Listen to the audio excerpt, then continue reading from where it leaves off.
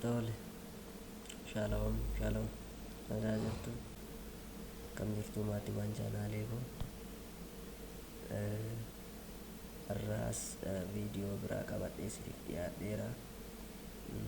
Viidiyoon har'a qabadhee isiniif dhiyaadhe akkamitti PC yookaan kompiitara keenya kan baay'ee biizii nu jalaa ta'u laaptooppii keenya jechuudha. Akkamittiin hir'isuu dandeenya yookaan immoo akkamitti furuu dandeenya kan jedhu qabadhee dhiyaadhe. Kanaaf sadarkaawwan yookaan immoo steeppiiwwan muraasatu jiru. Isaan keessaa kan isiniif ta'u filattanii fayyadamtu jechuudha. Sadarkaan jalqabaa yeroo baay'ee kompiitarri biizii yoo ta'u iskaan gochuu nu gaafata. Isas kan nuti gochuu dandeenyu faayila keessa seenna jalqaba. Faayila erga seennee faayila kanarratti diraayiveroota iskaan goona jechuudha. Fakkeenyaaf diraayiverii ani qabu keessaa inni kumsa tokko new volume kan jedhu kana mee iskaan godhnee ilaalla. Property kan jedhu seenna right click goonee jechuudha. Kana booda kana nuu fidee erga kana nuu fidee tools kan jedhu seenna. Tools kan jedhu erga seenee deebinee maal goona check kan jedhu buuna jechuudha. Asitti isa tuqna. Kana booddee iskaan drive jedha.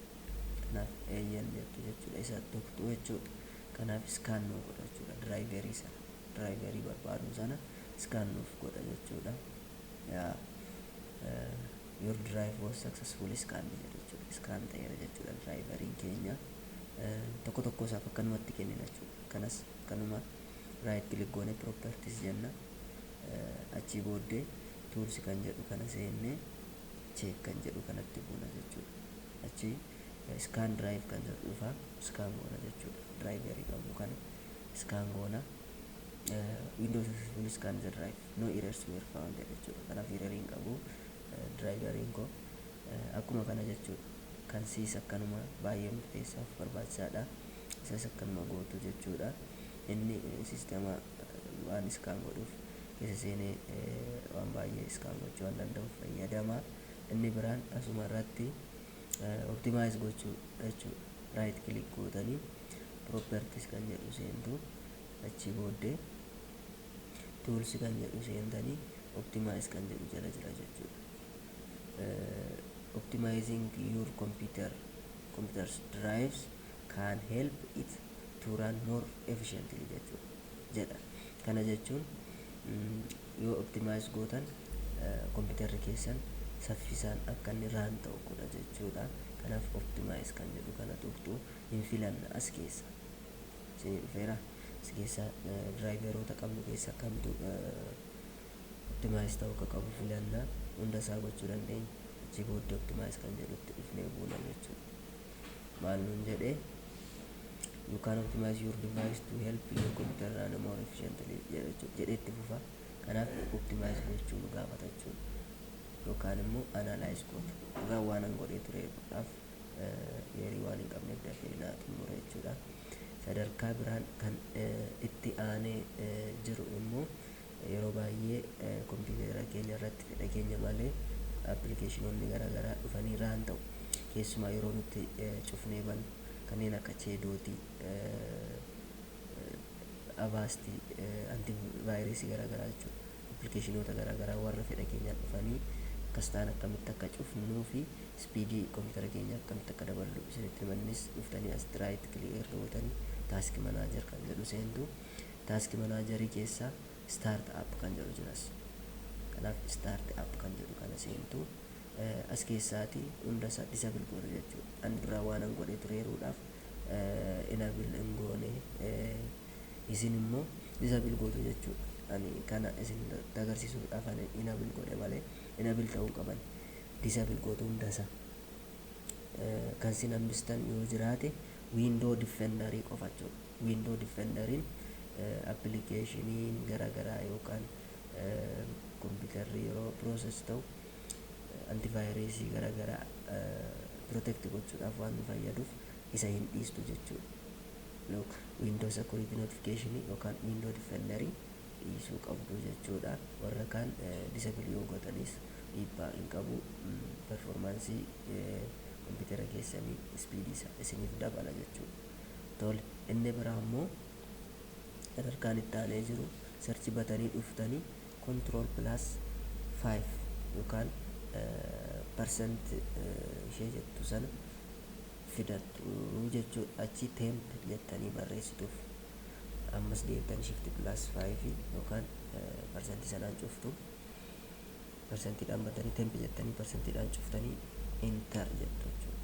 Enter gaafa isin jettan wantoota dhufanii vaayirasii ta'anii bilbila keenya biizii godhan isinii fida. An duraa waanan godhee tureeruuf baay'ee naaf hin finne. Isaan kana select all goona control plus A gochuudhaan select all goona. Achii booddee keyboard irraati delete kan jedhu jira. Delete keyboard itti buuna hin balleessa jechuudha. Akkuma isin argitan kana. Tole, yoo didee hafee isin rakkise right click gootanii delete kan jedhutti buutu. Use ta'ee waan jiruudhaaf amma fayyadama waan jiruuf didaara. Akka kanatti balleessitu almost badeera jechuun hin danda'amu jechuudha. Okay. Sadarkaan inni biraan kan jiru CMD dha jechuudha. Kanaaf inni kun asuma irratti ga'a. CMD kan jedhu as seentu CMD yookaan command prompt jedhama jechuudha. Achirratti run as administrator gootu yookaan asirratti right click gootanii run as administrator kan jedhu kanatti buutu isin gaafata jechuudha. Allow gochuu isin gaafata.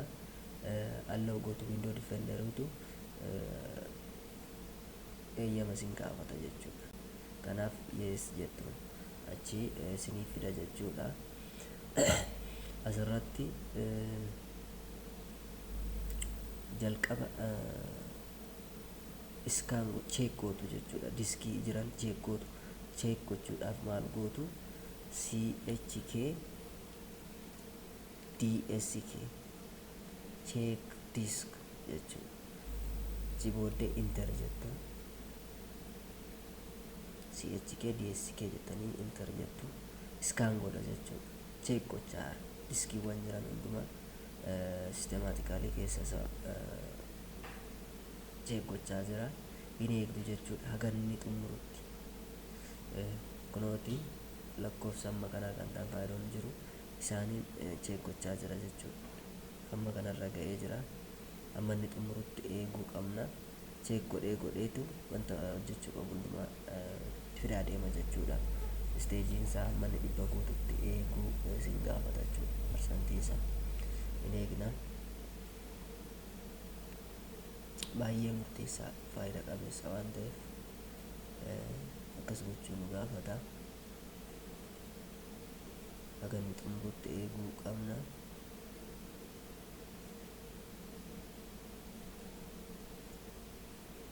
Refresh godhaa akka inni ariifatuudhaaf.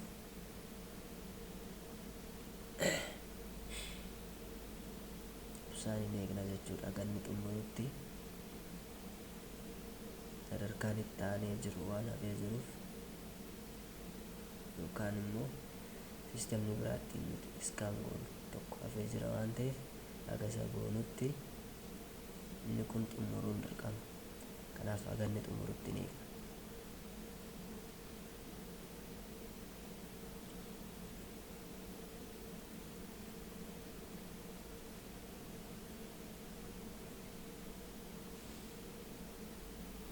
Lakkaa jira jechuudha.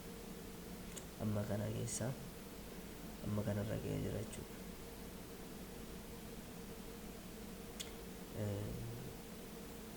Daataawwan amma kana gaantu jiru. Kana jechuun 9,914 daataawwan ta'antu jiru. Akkasallee 526 jechuudha. Inni immoo amma irra ga'eeru ilaala. Almost xumuraa jira jechuudha. 91 80 ga'eera. Asiis xumuraa 88 irra ga'eera. Persentii isaa eeguu nu gaafata. Obsaan eeguu nu gaafata. Hin eegna.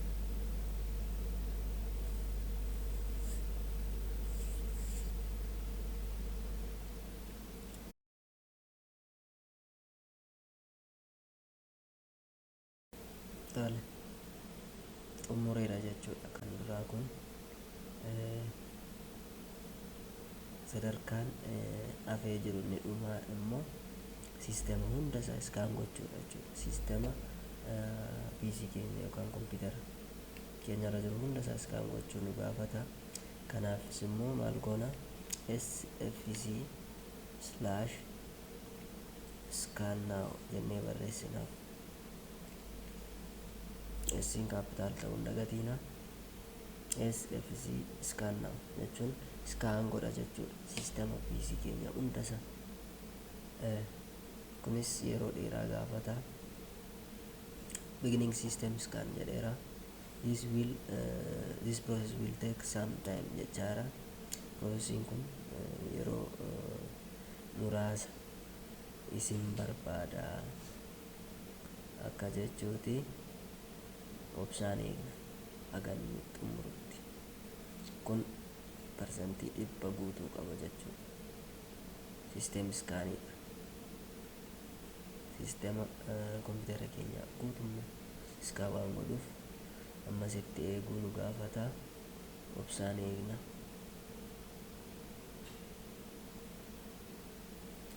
Obsaan eegnu akkasitti. Sadarkaan kun sadarkaa isa biraati jechuudha. Yookaan tooftaa biraa ittiin siistema iskaan goonu jechuudha. Tooftaalee biroon baay'een jiru. Hunda isaa yaaluun ni danda'ama. Sanarra kan darbee isin rakkisu yoo ta'e immoo sadarkaa dhumaa isin fudhattan haga wiindoo jijjiiruuttidha jechuudha. Wiindoo fayyadamtan jijjiiruu isin gaafata. Wiindoo isin jijjiirtanis akkaataa itti instaal ta'uu qaba. Sanaaf yeroo dheeraa waan fudhatuuf yoo fedha waaqayyo ta'e gara fuulduraa qabadhee isiniif dhiyaachuuf nan yaala. Ammaaf isaan kana hundumaa yaaluun dagatiina. Kun haga xumurutti eeguun na hin barbaachisu jedhee yaada. Sadarkichi sa'aatii dheeraa waan fudhatuuf jechuudha. Kanaaf viidiyoo koo har'aa asumatti goolabaa. Yaada qabdan naaf qoodaa, komentii irratti naaf barreessaa. Wanta irratti dhiyaachuu qaba jettanii barbaaddan yoo jiraate keessaan naaf barreessaa. Isiniif qabadheen dhiyaadhaa jechuudha. Kanaaf kun haga inni xumurutti eegdanii kana hunda erga yaaltanii booda yoo isin didee rakkisa ta'e wiindoo jijjiiruu isin gaafata jechuudha. Kanaaf